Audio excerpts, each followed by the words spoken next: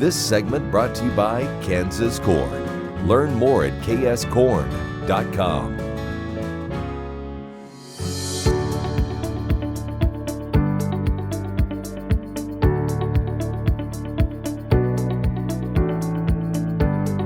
This is Kyle Bauer. My guest today is Tom Holmquist. He is a farmer and writer in the Smolin, Kansas area. Smolin, Kansas appears to have stole the name from Sweden. It's a community between Salina and Lindsborg. What generally happened early on as people got there is they established a church, both in a building and as a cultural group. There was a particular man who was named C.J. Brodeen, and he was a lay missionary within the Lutheran Church, and he was the leader of the group that came out. Led this group, and they arrived by train in late February of 1869, and they came right out here south of Salina and started to establish their homestead. They built dugouts, sometimes sod houses, and a few of them then went up into the Smoky Hill Bluffs and carved out stones and made a few stone houses. But this Brodeen, he had a bigger mission, and he wanted to see that there was a church and really a community established here.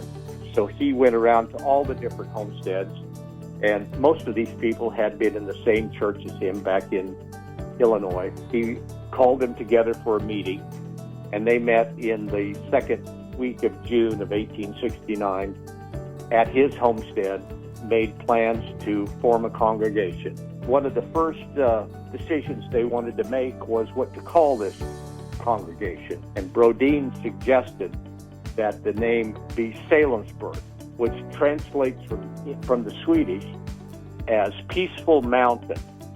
From peaceful mountain, what he was referring to was that this truly was the end of their journey, that this is where they were going to find a home and spend the rest of their lives. So the church today is at the same location it was originally? It was, and it still remains there today. The first thing that they did then was to organize this church and then to build a building. So, of course, there are no trees here at that time, and so they went to the top of a nearby hill, just a slight rise above the rest of the valley, and they started to dig, and they dug a dugout church. It was half underground and half above ground with sod. And so the first church that was here was what we still refer to as the sod church. And how close is that to where the modern church is today? About 20 steps to the south. Now, we've talked about Smolin and we've talked about Lindsborg. Where does the church lie from any of those towns? From Lindsborg, it is 8 miles north on what we call the Burma Road.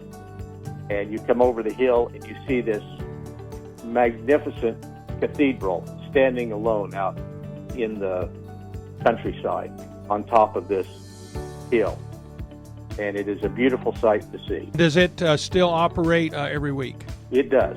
It has a congregation of nearly 600 people. The pews are full every Sunday. It is truly the center of the whole community out here between Salina and Lindsborg. There are no businesses anymore and such, and not even a gas station in Smolin. The whole community really centers around the church.